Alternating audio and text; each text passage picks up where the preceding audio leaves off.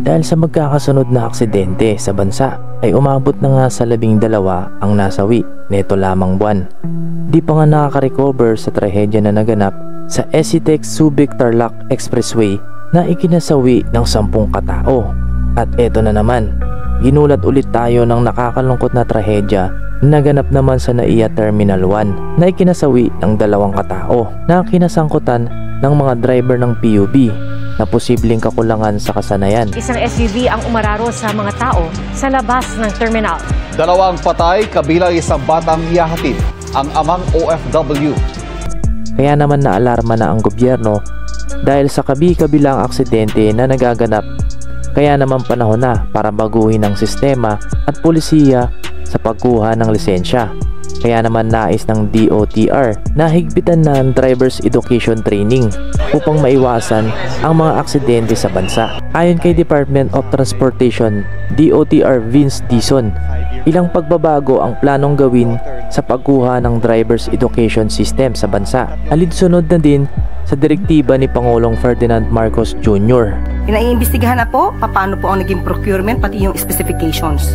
Yun po ay sa pag-uutos po ng Pangulo at ito po itutugunan kaagad-agad ni Secretary Vince Dizon. At pati po ang pag-inspect sa mga bollards at ang mabilisang pagpapalit po dito para sa safety po ng nakakarami. Inatasan na nga ni Secretary Dizon ang LTO at LTFRB na ayusin ang sistema. Aniya, kailangan makatotohanan, pagpapatupad at pagsunod sa ibababang sistema alinsunod sa direktiba ni Secretary Dizon. Tututukan nga nila ang roadworthiness, safety and inspection at ang mga naturang mga driver. Ayon sa investigasyon ng Philippine National Police ay human error lalabas na hindi talaga sapat ang kasanayan ng mga nagmamaneho, lalo na sa mga pampasaherong sasakyan. Isa sa mga nabanggit ni Secretary Dizon ay ang talamak na pagbabayad ng 1,000 to 1,500 para bigyan ka ng kodigo. Pag-drive pizza, alam naman natin yan eh. Diba, bibigyan ka ng kodigo dyan eh. Babayad ka ng 1,000, 1,500. Bigyan ka ng kodigo, isa ka. Yung mga seminar, hindi ko ganun ang pinapanood yan eh. Kaya magbago na yan. Pwede yan. Alam naman natin na talamak din ang fixer sa loob at labas ng LTO. At kung may pera ka nga naman, ay di problema ang pagkuha ng lisensya. Dahil magbabayad ka lang nito sa mga fixer na may koneksyon sa loob.